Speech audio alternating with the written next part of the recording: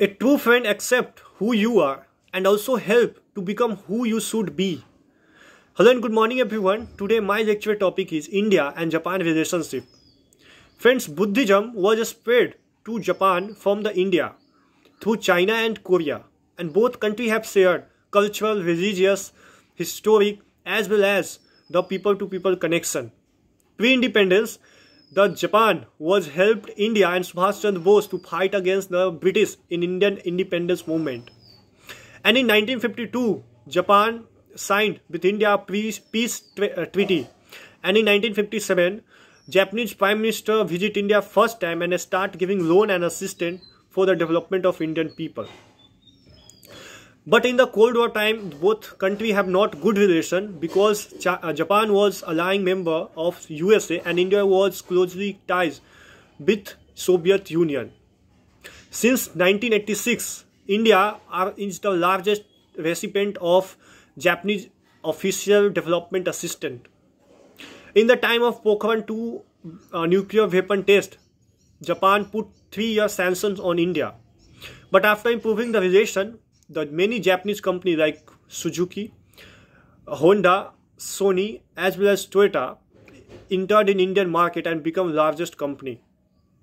In 2014, Japanese Prime Minister the Shinzo Abe was the special guest on Indian Republic Day, and further Indian Prime Minister Modi also visited Japan and signed a global strategic cooperation agreement.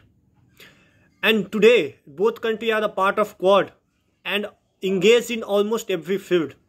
So now let's talk what are the area of cooperation between both the countries. First is economic. Japan is the third largest investor in India. And in 2022, Japanese Prime Minister Fumio Kishida visit India and announced 42 billion of the investment for over 5 next year.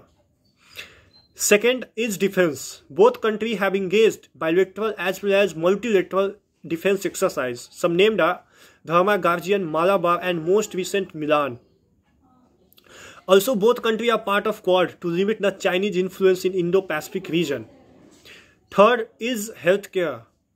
Indian Ayushman and Japanese Jasmine have played major role to develop the healthcare facilities. And both have strengthened the health pharma as well as healthcare system. Fourth is tourism. Almost 2.3 Japanese tourists visit India and 1.7 lakh Indian tourists visit Japan in 2019. And almost 40,000 Indians lives in Japan for the work like industry and different office.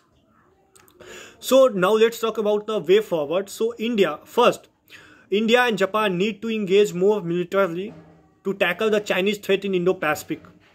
Second, both countries need to engage more in 5G technology, submarine cable system and quantum communication.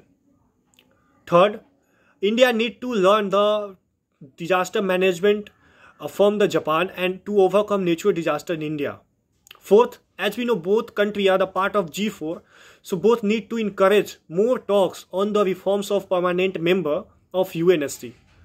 So friends, in my conclusion, as we know, China is the major threat for Japan and India in Indo-Pacific and subcontinent also. So both need to more engage militarily in this field and Quad can play a major role over this issue. And both countries also need to increase the bilateral trade, science and technology, healthcare, education as well as people-to-people connection. And the upcoming next year, India will host G20 summit and also the Quad foreign ministerial level meeting. So that will be the best opportunity to increase more in bilateral talks and increase the cooperation. Thank you.